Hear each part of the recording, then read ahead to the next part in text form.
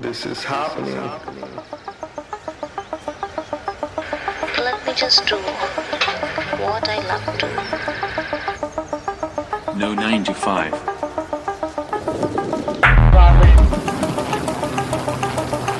Eat that frog.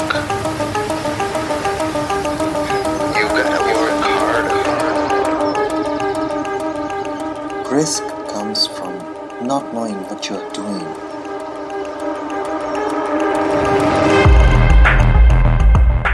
This is Lifestyle Architecture Lab, and I'm your host Himanshu Sachdeva.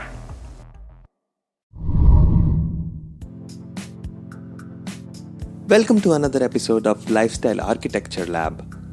In this show, I talk about lifestyle design, financial freedom, and also dissect the process, behavior, and routines of the personalities who have designed a lifestyle of freedom for themselves. These guests range from artists, musicians, entrepreneurs, lifestyle coaches, investors, professional athletes, etc. These conversations dig deep into their stories to find out their thought process, tools, strategies, and tricks that makes them tick. This podcast is brought to you by Audible. I love audiobooks and I've been using Audible for years. Whenever I'm commuting to work and back, almost always I'm listening to a book. Because I don't get time to read as much as I would like to, so audiobooks help me read books in a whole new way. If you want to try it out, you can get a free audiobook download and 30-day free trial at audibletrial.com/Himanshu Sachdeva. You'll get thousands and thousands of books to choose from, which you can listen on your phone, laptop, or even on your Kindle device, anytime, anywhere. In this episode, I'm talking to Chidanand Hiremath, who is a visual designer, photographer, and former digital nomad. He has traveled 30 plus countries till now and currently living in Berlin and getting his master's in children's rights and childhood education. His love for traveling started since his childhood when one day his father brought him an old NatGeo Travellers magazine from 1949. In his early 20s, he left his first job and started freelancing as a graphic designer. Since then, he has never looked back. He is doing what he loves and exploring himself as an artist and as a creative. In this conversation, we talked about how he got started with traveling, why he doesn't like traveling as a tourist, how he started out with freelance graphic design and did his first solo trip in India with his own earned money and subsequently internationally as well. He also shares how being a digital nomad may look attractive externally, but how hard it is when you actually go ahead and do it. He also does nude art, sketching and drawing, and we get into the details about how it practically works out. He also talks about why he doesn't like selling work of art or photos on stock sites. There are a lot of interesting topics in this conversation. I really enjoyed talking to Chidanand. So without further ado, please enjoy this conversation with Chidanand Hiremath. Hey Chidanand, welcome to the show.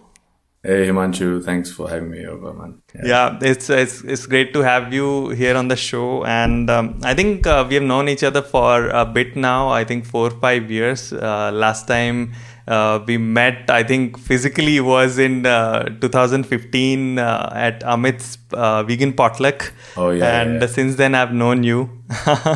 Yeah, and since then we have been catching up on and off in between, and you have been traveling the world. Meanwhile, yeah. And you have traveled a lot. I mean, 30 plus countries, right? Yeah, I mean about 35 countries, I think. Yeah, by now. Yeah. Wow. And you have been like doing this nomadic job where you have been traveling on your own with your own money. And now from past couple of years, you have settled down in Berlin. And right now you are in Frankfurt, right? Yeah, right now in Frankfurt. But yeah, it's tricky. Like I live in Berlin, but now I'm living in Frankfurt because I was supposed to go to India And then I had flight tickets to India from Frankfurt, and then I had sublet my apartments in Berlin, my room, and then so I couldn't stay there. But then I have friends in Frankfurt, so I'm living in Frankfurt now. Yeah.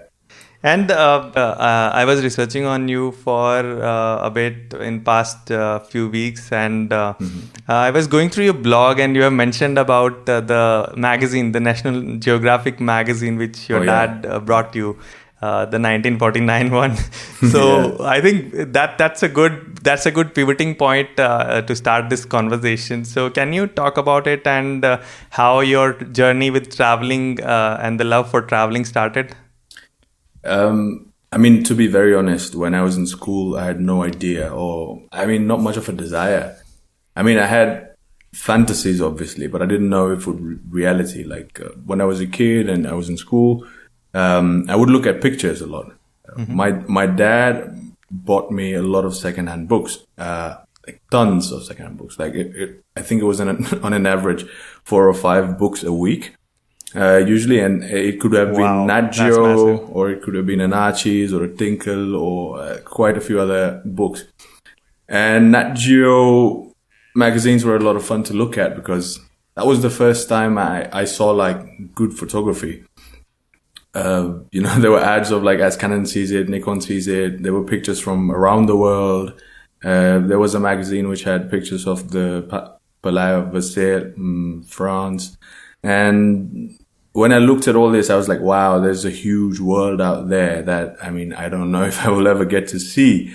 I was like lower middle class, or even like you could categorize me as, I don't know, poor, in the early years. So it was more or less like people exist outside of India somewhere. And I didn't know, if I would ever travel. But I mean, that changed. I mean, obviously, like reading all these books were planting a seed in my mind in terms of like there is more to explore. So yeah, from there, I think it was in 2011 when I was very into like a Formula One, and there was this Formula One circuit that was being built in India. I think it was in Noida, Buddha International Circuit. And I went to see the first Formula One race. Yeah. And then from there on, I was like, why should I head back home, like straight home? And so I booked a bus ticket to McLeodganj. And I was like, wow, this is amazing. So that was my first solo trip. And then it just kept going on. I went to Amritsar. I went to like all these other places throughout Himachal Pradesh. So that was my first solo trip. So that's the story. That's amazing. I think solo trips, when you do solo trip, it changes your mind pretty much. I also did one solo trip in 2016, very recently. I mean, it's not as far as yours, but in 2016, I went to Banaras, and nice. The experience and the entire experience of the Banaras trip was quite amazing. I won't say it was spiritual because I was not looking for that, but it was pretty amazing. I sort of found myself there on the ghats of Ganges, and it was quite unique. And since then, I've also been traveling a lot here and there in India, but not yet have been outside of India. Yeah, I mean, I mean, when I started traveling, I mean, I traveled in India for 3 years or so, and I went most of the states. Banaras was a very nice place for me too. I spent a bit of time there. I was there right after the floods, so the Ganga was completely flooded, and then all the ghats were not connected to each other. So you had to go from one ghat to the other via the main road. But it was quite the experience. Wow. And but anyway, Banaras was nice, man. Yeah. And coming back to it, like as you mentioned, your father brought you books every week, 5-6 books at least. So how that parenting shaped you as a kid? I mean, were they like more focused on letting you do your own things and like making you read books so that you learn about the world from your perspective as well? So can you talk about your parents and the support which you've got from them? I mean, to be very honest, I think my mom read a lot more English books and everything, like as compared to my dad. So like I could say I learned reading from my mom, but then I always liked how dad narrated the stories. So like my mom introduced me to like books, like proper, novels, not magazines.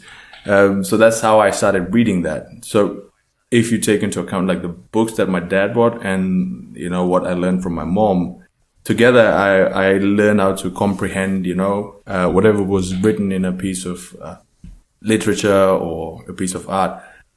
And that helped me evaluate. I mean, obviously, right in the beginning when I was 2, my dad got me these comics and I used to rip them apart, man. Like, and my dad was never discouraged. He was like, yeah, it's like, as long as he does that, he does that. I mean, and then I got bored of doing that, like within a few months. So I started bringing those books to him and he would read them out to me. That's how it began. And after by the time I was 3 or 3.5, I think I started reading them myself. From there on, I just kept reading until I was, I think, 22 or something, or even 24. Yeah, and then I stopped reading that much because I was traveling full time. Mm-hmm. Yeah. And as you started traveling internationally since 2011, I guess, and that was with your own money, as you have mentioned. You were 24 years old at that time, I think, right? Yeah. Yeah. So how did you start earning that kind of money, like to travel internationally on your own, like in that age? Like I said, I started traveling in India. So my initial travels were around the states of India, and you don't need that much money. I think like the first job I had was an IT job, and then it was a 3-month contract, and then I quit like 90 days into the job because I couldn't do a 9 to 5. And then I started freelancing. So I did a logo for a client in Brazil, like through some freelance website. And that person paid, I don't remember. I think I got paid like 300 USD. And it like translated to, at that time it translated to like 50 rupees, not like 75. And I had 15,000 rupees. Wow. And then with that, I just I went to, so I think it was 5,000 for the F1 ticket, and then the rest of it was the trip. But you don't need much. Like in McLeodganj, I stayed in this monastery hostel, and I think the per night price was 150 for like a huge room. That could last me like, for example, if I stay there for 10 days, it's still like nothing, isn't it? Like 1,500 rupees. So you can literally stay for 5,000. You can stay for the entire month in McLeodganj. So that's how it started, man. And then I kept getting more and more clients through like word of mouth. And if people like my work, they tend to like tell other people. So I ended up getting quite a few like clients, and I always had like 3 or 4 clients simultaneously, and that allowed me to like log my hours and then make money as I travel. Yeah, so it was, in a very nomadic fashion, you were doing that. So while traveling and executing those jobs as well. So that's how it goes. Like a digital nomad. Right? But I have to be honest here, and I have to say that like, because I didn't have any upkeep, like I didn't have any bills, I didn't have to pay rent. Like whenever I was in India, I was crashing at my parents' place. So I wouldn't have to rent a house. If I had my own house and had to pay all the bills while I was traveling, that would have been impossible. So I was literally making money only for my travels.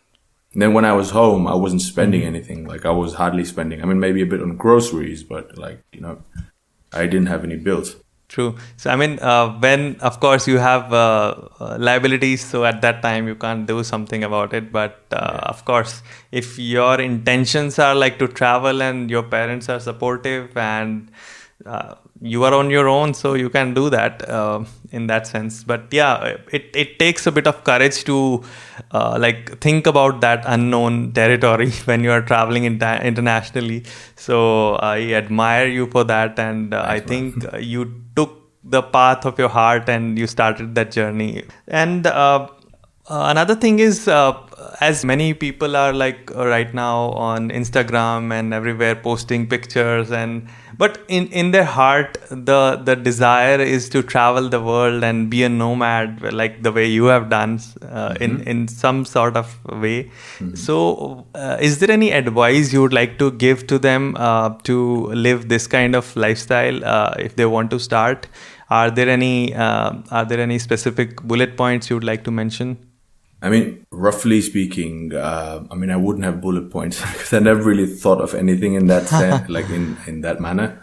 But roughly, I think the first step would be to like, I mean, speak to yourself and then find out what you really want. It's not for everyone. I feel like it's often romanticized and people live vicariously through like seeing these kind of lifestyles, but then it could be completely fake. I mean, that's why I've never been able to blog or vlog while I was traveling, because I was so deep into traveling that I didn't have the time to like put everything on the side and like have this portrayal of something cool happening, or you know, like have 5 pointers that will help you travel, things like this. I feel like I didn't fit that much into like regular society because of all the questioning and like, I mean, people make rules for no reason, but when you travel, there's so much.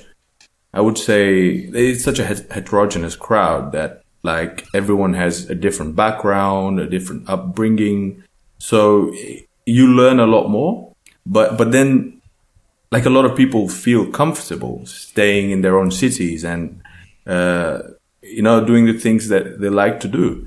So I think the first step would be to like find out if you really want to do it. Like if it's not just like you want to do it because it looks cool or sounds cool, you know, that would be the first point. The second point is like, you should be ready to like let go of like safety and security.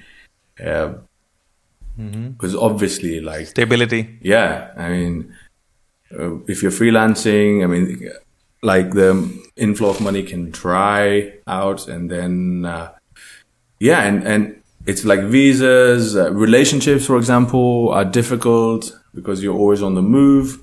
You meet people, you let go of people, you don't have one close group. So you have to really think about if you want that, if you want like a network of connections around the world, but no real like, you know, home group or something you can like lean onto for support. Yeah, that's the second one. The third one is obviously, and then like you just do it.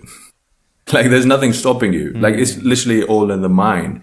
Like the third thing is literally just find out how much money you have. You don't have enough. Sell something you have that you don't want. Find out what's eating away your money. Like is it bills? Find out which bills you don't really need to pay. And if you're renting a house, you just like stop renting the house and start moving out, and maybe then crash at your parents. I mean, that's the thing of privilege. Maybe not everyone has that privilege of like crashing at their parents, but I think most Indian kids at least have that privilege. You said it right. I mean, when we see all these pictures on Instagram, like digital nomads and like pictures on the horseshoe and all these exotic places they are moving and they're sharing all that stuff. So sometimes it feels really fake because I've known some people, like including you, who are digital nomads and they're working remotely, but it's not always like so cheesy, and it in real life it's very much different. So everybody needs to like realize that it can be tough to live this kind of lifestyle. So I agree with that. And as you are a visual designer, so what kind of work you do specifically, like while you are in these foreign lands, and what is your favorite like art style, and what is your creative process around that? These are difficult questions to answer because I don't have a process to begin with. Like right from the time I was a kid, I loved, making art, and art is so subjective because I mean, I can call what I make art, but then someone else is like, this is shit. So, I mean, most of the stuff I did for money was, I think making logos, because I always wanted to, like, I like looking at branding. So I was like, I want to do that. And how I learned it was I just downloaded trial software and I just like explored it. Like, and by, during that time, I think this was way early before like we had good internet. Like there were not many video tutorials or anything of that sort. So I think it was just going through all the menus, like this is the selection tool. This is, like the pen tool, and then what it does, how you select vertices. So you try to like get your vision, which you already had on True. paper, and then the tool doesn't matter because if it's on paper, it's with a pen. If it's on the PC, it's with Illustrator or any other software. So that was how I got into it. But purely in terms of purely in terms of art, I used to do a lot of sketching as a kid. I used to draw a lot of 3D models and stuff like that. And then I was also inspired by like the Titanic like sketching scene. Yeah, I used to sketch nudes as a kid, and I think once my mom found out, but like she didn't really say anything. I think like she was a nice mom, I guess. Yeah, if there was something like ethically wrong or something, they would always tell me. Yeah. But yeah, I mean, yeah. So I used to sketch that, and that was nice too. So I used to do some fine art in that sense. But most of the money came from, I think, doing projects for like UI UX layout. And I think that comes from the fact that when I look at software and I find like the user experience not that good, Correct. then I feel like I could make it better. And then like that's how I help my clients. If they have a piece of software, a wireframe, or anything, like if they have a set of functionalities that they need, I like translating that to like a wireframe. Yeah. And that comes under like UI UX design, visual design. And I like making posters and things like that. But yeah, these were some of the things that I did. Okay. So as you mentioned, you started creating wireframes around the UI UX as well. So were there any gigs which you got probably by starting on your own, like without anyone asking for it, and then sharing it, and then they got you on board, something like that? Yeah, I mean that's happened to me before. Like some people that have seen my work online have contacted me, and then I've done some freelance work for them. Yeah. Yeah, and then, but to be honest, like most of my clients are through word of mouth. Like I had a nice client in Mumbai, Uma Dakunya. She's a festival curator and everything, and she liked my work. And then I started designing a magazine for her, like the layouts and the magazine cover. So that was something else I did too. Like I've never really I've dabbled in like quite a few things. Like I'm not a master of like one trade. I'm just like a jack of all trades. Yeah, more or less, pretty much all round when it comes to art. Like right now, my focus is in filmmaking and like grading and editing and all those things. So I'm learning that now. All right. I'm going to write some things. Yeah. Yeah, as an artist, it's pretty much fragile. Like the things which you work on, sometimes it feels very imprisoning. Like when you are labeled something, and because everybody is having so much things inside themselves, like not just one art form. Maybe you are a visual designer, but at the same time you are a photographer as well, and maybe you are a writer as well. So it should not be like the way like somebody is labeled. But yeah, I like the idea that you are dabbling into different things now, and experiencing that as well. So that's a great thing. As an artist, I think we should all do that. I'm also writing and podcasting and filming all the time, so it feels very great to be able to do different things at the same time. Yeah, I mean it works for some people. Yeah, and are there any specific works which you might have done for somebody which you think like one of the best work till now you have done? I think there was a picture of mine that NatGeo Traveller India printed, I think November 2014. But I mean, it wasn't a good picture. Like, I mean, I have like tons of better pictures, but then NatGeo chose that one. Maybe the story was there in that picture. It was for, it was for a friend.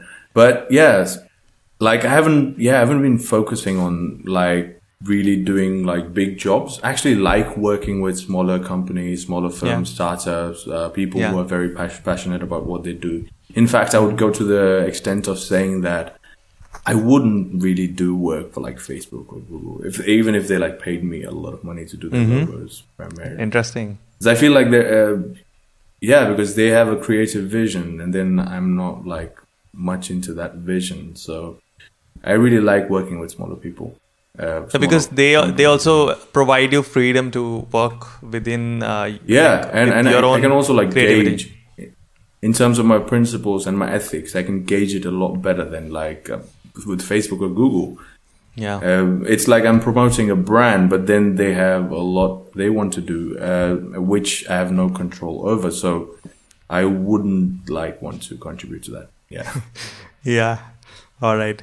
And as you mentioned that you've been doing nude for art as well. So how does that go?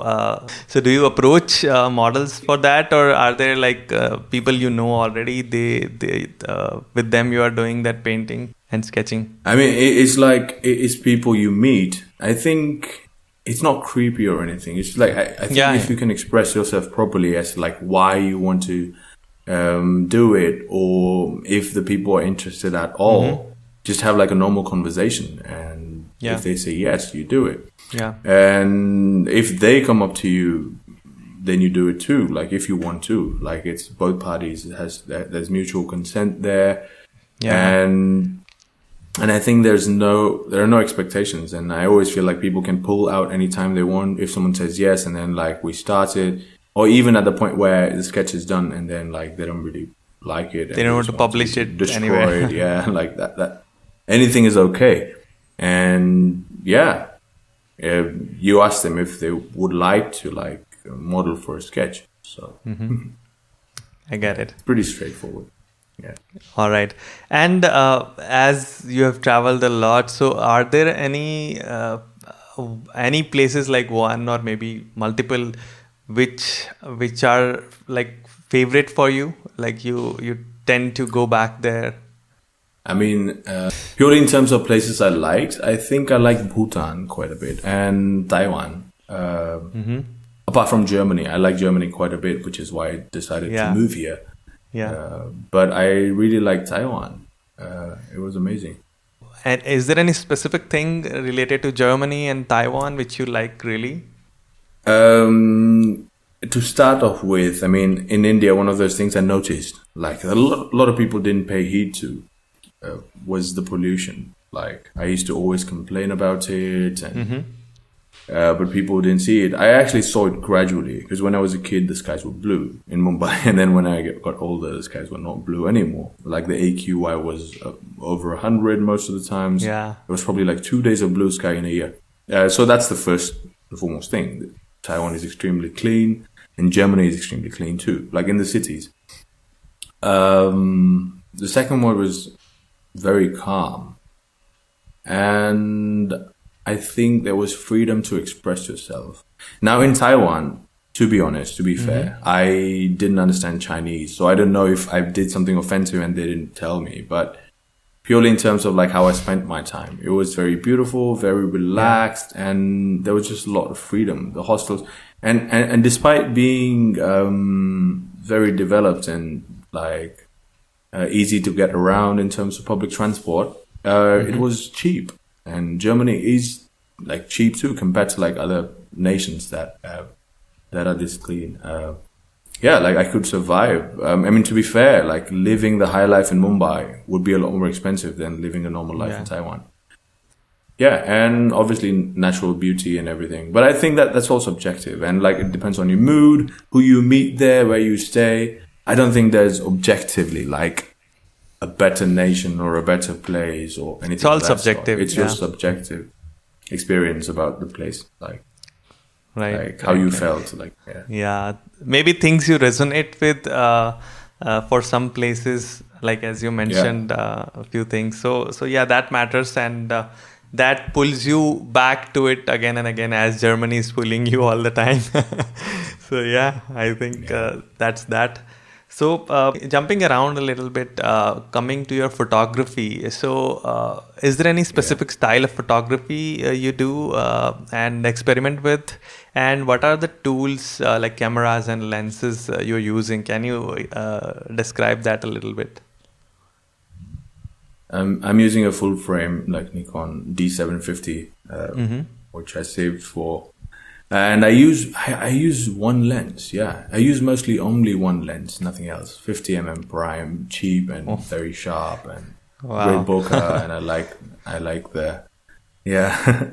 I used to do a lot of landscapes, but then I think purely when it comes to pictures, I like using the 50 I like taking portraiture pictures, and yeah, I don't really publish my work that much online. Usually, like now. Like it's like I have started printing all my photos and then I give it to the people, the ones in the photos. I don't really put them on Insta or anything. So yeah, I really like taking portraits. Yeah. Are you not thinking about creating a store or something like that? Online store for selling your art? No, definitely not. No? Like I hate stock photography. Like I would never do stock photography. Yeah, I mean, just for the sake of like selling pictures. For me, like it's not about selling the pictures. I mean, someday if someone hires me to do a certain shoot, which I've been hired for before, then I would do that specific shoot and sell those pictures. But I wouldn't just take random pictures every day and put them on like online catalog and like sell stock photos. I get it. It's never been. Yeah. I hope you're enjoying today's episode. Here is a quick word from the sponsors of this episode. For you, the listeners of Lifestyle Architecture Lab podcast, Audible is offering a free audiobook download with a free 30 days trial. The free audiobook is yours to keep even after the trial ends. I have a few audiobooks to recommend. Number one is Sapiens, A Brief History of Humankind. This is one of those books which will take you back to the ancient times and teach you so much. I recently read it and it just blew my mind. Number two is The Graveyard Book by Neil Gaiman. This is one of the greatest bedtime books which I discovered. Neil Gaiman's voice just makes this book much more wonderful. This story and the narration is just amazing. You can download any of these two books or thousands more for free right now. Just go to audibletrial.com/Himanshu Sachdeva. Again, that's audibletrial.com/Himanshu Sachdeva for your free audiobook. Please enjoy. All right. And what applications like on your system you're using right now to do visual design stuff and graphic design and maybe for photography, editing and those things?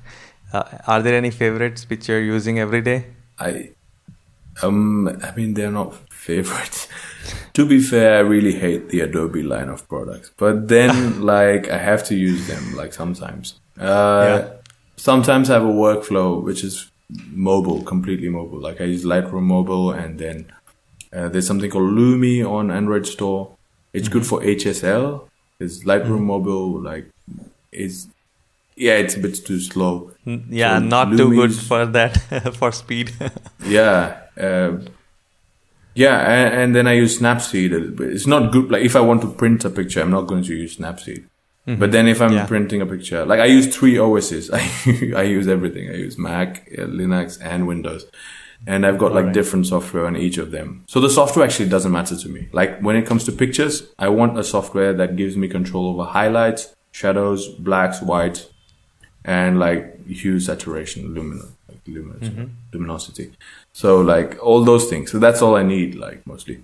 So Adobe software and like purely in terms of editing, there's a software I really like, which is Resolve. I use Resolve exclusively. Like I used to use Premiere Pro, but then I use Resolve now. Yeah, I had to switch to Resolve. I think in 2019 early. So since then I've been loving it, and I'm even contemplating to get a small dashboard which they have for color grading. It's really amazing. I've used it at a friend's. Yeah. It's amazing. Yeah. Especially like the logical workflow, like the node system is amazing. I haven't seen something like I hate great. Like stacking layers upon layers in the timeline. I mean, now I can just have nodes because it's. But anyway, it's like I used to sort of like programming in color grading. Yeah, exactly. Yeah. And are there any individual apps maybe which you use on your phone for productivity and self betterment? Anything you use? I mean, I'm very restless and anxious, so I use Calm now and then. I think, Calm, like Yeah. it's got all these Meditation app. ambient sounds. Yeah, I like that. I haven't used it that much, but yeah. Apart from that, like I don't use anything of that. So like, it depends. Like right now, you wanted a Zoom call, so I installed Zoom on my PC. But then Yeah. if someone that wants to do a Hangout, I do a Hangout. But I don't use any specific software. If anything, I'm trying to move away from like software and everything. I'm trying to get back to the roots because I feel like I haven't done that much research, but I find that you're more passionate about your work, or you get into your work, or there's a better brain connection when you write things on a piece of paper, like because your hands are moving in that shape. So that is a sensory feeling as compared to like a keyboard where you know where the key is and you type it, but it's not the same as writing something. It's more hardwired, I believe that. Yeah. So I want to get more into like real senses as opposed to like using software for things. So I'm trying to make my life less digital, except for things that would be helped. Like really recording media and editing media would be what I use it for, but not really for productivity. I get it. Yeah. I agree with the thing which you mentioned that you get a sensory feeling when you're writing stuff down as compared to like typing into digital notebook or maybe laptop or an iPad. So that's been it for me as well, because I have been journaling from a couple of years, and that gives a lot of clear headspace when you're writing things down. It's like taking a mental dump and putting it on paper, and your mind is clear. So it's sort of that. So I agree with that, and I also would like to mention, as you mentioned about Calm. So I've been using an app which is created by Sam Harris. Yeah, it's called Waking Up. So I'm not sure if you might have heard about Sam Harris. He has a great worldview and thought process, and the thinking which he puts out in his videos and the podcasts.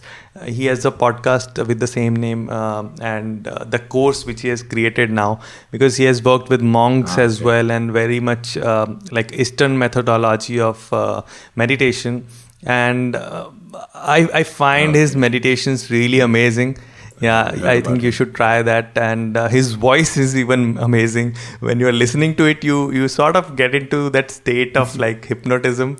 Not exactly hypnotism, but sort of a meditative space where you can like look inward. So that's one which I would like to mention. And I just want to get into another question, which is like veganism. So you have been vegan for quite a long time, and what does your routine nutrition looks like in these days? Like when you're living in some abroad place and you are cooking probably on your own or getting something from outside. So how do you maintain that diet and that lifestyle?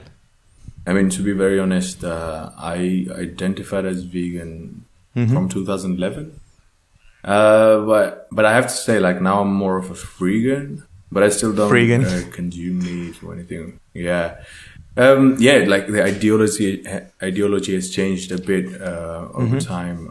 I think I put a lot more thought into it. Like when things are inconsequential, it doesn't matter to me. And when they when it's under my control, then it matters to me. Like if things are going to waste, like let's say someone made some yogurt and like they served me and then now they're going to throw it, then might as well finish it.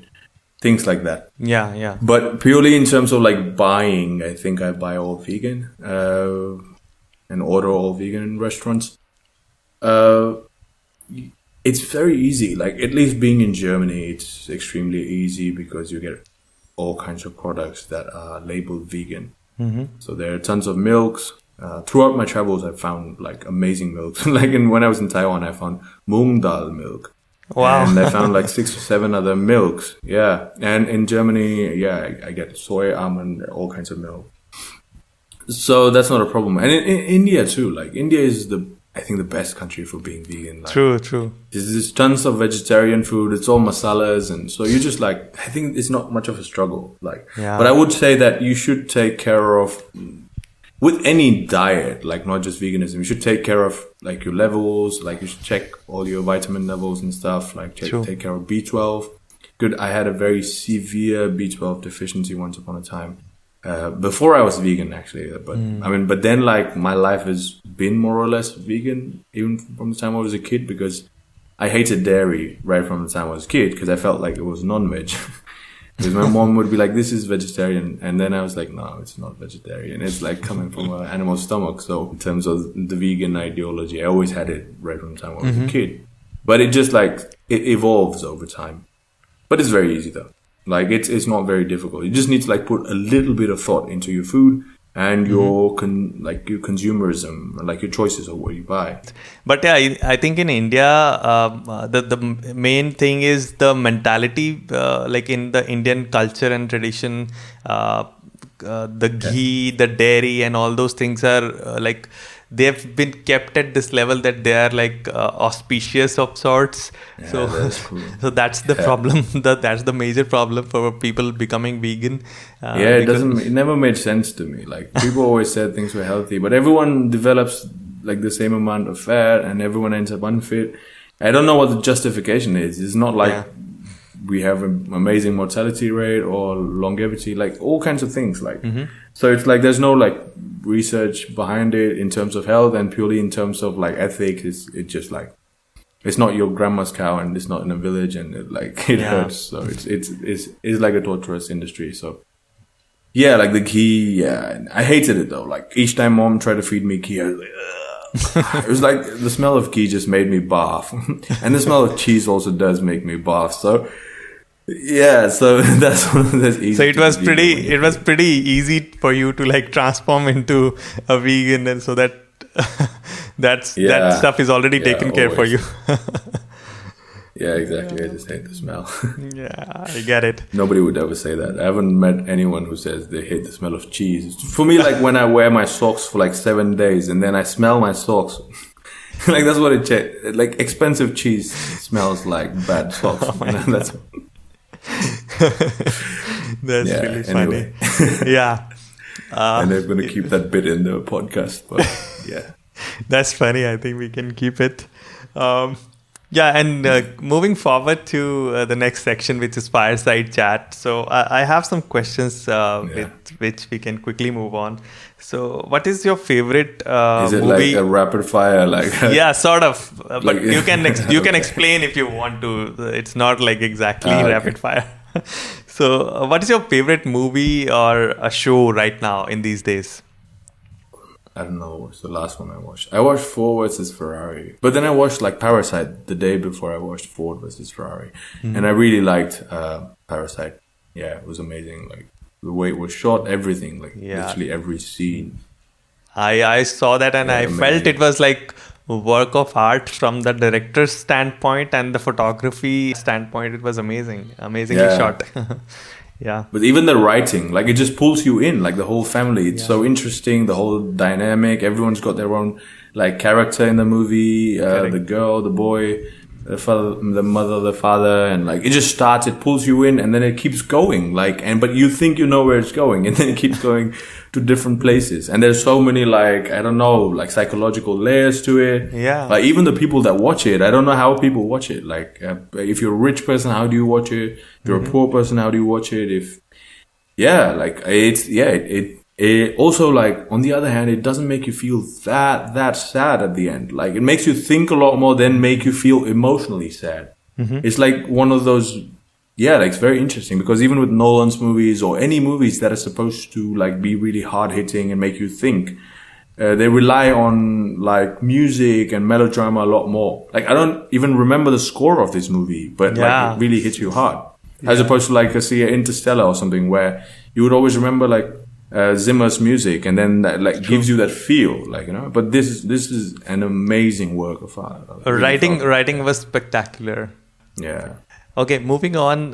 What is your recent purchase, maybe before COVID, like under $100 or maybe under 5,000 rupees, which changed your life for good? I actually haven't bought anything. I would say the ticket to Frankfurt because, I mean, I met some nice people in Frankfurt, my friends. But, I mean, before, there were times when I bought a lens, like I would say if it was all time and not recent, I think it would be the 50mm lens. It was amazing. Like, I mean, you don't get anything that sharp and that good for that price. It's like, I think it was 6,000 rupees. Yeah. Yeah. And is there any person in your recent memory which you think is successful from your perspective, not like just from the money standpoint or success standpoint, but from your perspective? I think Anurag Kashyap, I would say. Like, he's one of those people that I feel like someone who has succeeded in life and does the things he would like to do and hasn't really like, I don't know. Yeah, it feels very genuine, and that's what matters to me.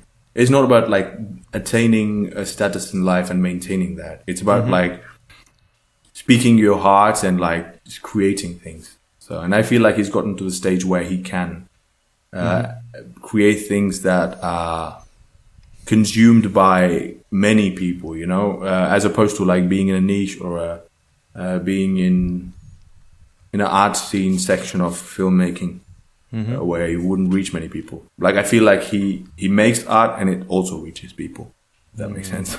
Yeah, I totally makes sense. Any of his works which you really like? Any film specifically? I mean, pretty much everything. Like, all of his films. I think the first one I watched was Devdi.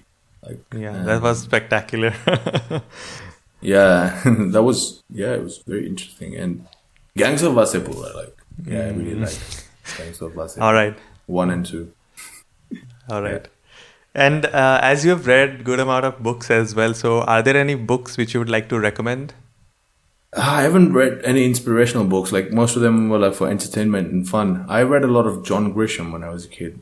And I think a lot of Frederick Forsyth and a bit of Robert Ludlum. I read a lot of Perry Mason books, which were all about law. What else? I read some Sidney Sheldon, not a big fan. I read some Paulo Coelho. I haven't read any Murakami or anything yet. Yeah, maybe more fiction side you have read, right? Yeah, certainly. Everything I read is mostly fiction because I feel like, I mean, my life is making enough non-fictional stories. True. I like, because when you travel, when you meet different people, you read a book every day, sort of like, and then it's a real book. It's like happening in front of you. So, and that's when I stopped reading, like, mostly. That's true. That's an amazing perspective. Like, you are living your own non-fiction and then you need to read fiction to make sense of the world. And one thing which you would like to change about yourself? I would like to not be very restless, like I would love to be a lot calmer and be able to settle down, like, and get my thoughts together and start a project. Apply myself every day for a few hours. I mean, right now I'm a very impulsive worker. Like, even if I wrote my thesis, like, it probably happens on the last 7 days. Like, if it's a 20,000 word thesis and I have 3 months, I feel like 15,000 were written on the last 7 days. And that's how I operate. I would love to like get to the point where I can sit down, write 2,000 words every day for an hour or so. Have some sort of routine in life. Like, that's what I would like. Yeah, it's very difficult for me to do that because I have very, like, a lot of nervous energy, I think, that I need an outlet for. And I can hyper focus, but I can't really focus on different things, like on a schedule. Like, I can sit on a single thing for 6 or 7 hours when I'm into it. It's like a movie, when you watch a movie, you're into it, you're hypnotized by it. If that's possible for me, but then I can't do things like watch 5 minutes of the movie every day. I won't be into the movie, and that's one of those problems with But if I'm able to do that, I think it'll be a lot more productive. Yeah, true. I agree with that, and I have been also trying to do the similar thing, and meditation is really helping me out with that. Like sitting every day. Earlier I was very much used to running, but as now we're not able to go out, so I've been like doing some yoga stuff and also some home exercise, and then immediately after that I get into a meditation session. And Like Gunjan Sharma's Instagram, I think he posts a lot of like workout videos indoors. They're really nice, like calisthenic workouts. Yeah, yeah, it's yeah, nice. yeah. Check it out. I'll I think check it's it out, Gunjan sure. Sharma. I'll check it out He's surely. super ripped and strong. Yeah. Yeah, sure. I'll check that. And right after meditation, I have now from many weeks, I have been consistently doing some creative work. Maybe it is writing or maybe it's editing. So That's nice. a month or so back, I think Tim Ferriss, who is a writer, he posted something like create before you consume. So I sort of resonated with that idea, and I started that before like consuming any kind of media or getting into my mobile phone. So I would create something and then be at peace for the day at least. And moving to the next question, another silly question is, let's say you were given a chance to put something on a billboard where maybe 1 million eyeballs are going every day. So what is one thing that you would like to put on that? I mean, this is difficult to answer. Like, this is only one thing. I would say know yourself. I would put know yourself, because I think people are in pursuit of many things in life for external reasons, not something internal. Like, maybe people don't even have a motivation to do things they're doing, but they still do it because people expect things of them. Like, very few people really speak to themselves and speak to their innermost desires and really let them reflect. I feel like everything that you've experienced as a human, right from the time you were a baby, has shaped you. And when you reflect on that, and when you evaluate yourself as a human being, you tend to make decisions that will make you happier, I guess. Yeah. So there's no that's why I hate saying things like go travel, go do this. I'll be like, once you know yourself, you will know what to do. I think it starts there. I would say know yourself. That's a beautiful thing. Before taking the journey, you should start looking for the question which you want to solve. Basically, you need to look inwards for that. Yeah. So that's a wrap for the fireside chat. So there are just a couple of questions. I think then we can wrap up. Perfect. One thing is, as you mentioned, you are studying in Berlin. So can you talk about what are you studying and how did you get there in the first place? Because my bachelor's was in engineering, I did computer engineering, and I wanted to do my master's in social sciences because I traveled a lot and then I met so many people. I felt like it's too robotic, working on an aspect that is not human nature. Like engineering or computer engineering is detached from the human experience, because it's more about making things work in the background. So I wanted to do social sciences. True. And I met many children throughout my travels, young adults, I would call them, that really they interest me because with adults they have they have these set ways of thinking and set ideas. And when I speak to children from any part of the world, they give me perspective. They tell me things I don't know, but the adults always tell you things you know. Maybe sometimes factual things you don't know, but mostly purely in terms philosophical things. Children give you a lot more. So that's why I decided to study children's rights and childhood studies in Berlin. I wanted to move to Berlin, and I was looking for a course that would fit, and this was one of those courses, and so I ended up it resonated with you. Yeah. yeah, I really like. That's amazing and very unique. All right. So another second last question is, what is a goal or maybe something in the foreseeable future, a challenge which you are looking forward to, like as an individual or maybe as an artist, both ways? I mean, one of the dreams in life is obviously like making a feature film. I mean, if not for the theater, maybe even for like just Netflix or Prime or something. Wow. That's one of the dreams. The other one is obviously like staying here long enough and being able to travel more. Like I want to travel to parts of the world like I haven't been to. I haven't been to like anywhere in Africa. I haven't been to anywhere in Americas, like either continent or even Australia. But I think I want to backpack most of Africa. Not as a tourist though. Like I don't want to be a tourist. Which is going to be a bit difficult in terms of finances and everything, logistics. But I mean, if I stay here long enough for a German passport, then maybe it can get a bit easier to travel in the future. So that's another thing. And in terms of my love life, I mean, I have nothing like chalked out. I have no like compulsions or restrictions or anything in life, no pressures from anyone. So I'm just like, I'm enjoying. And if something works. If it doesn't, it doesn't. Yeah. Living life as you go.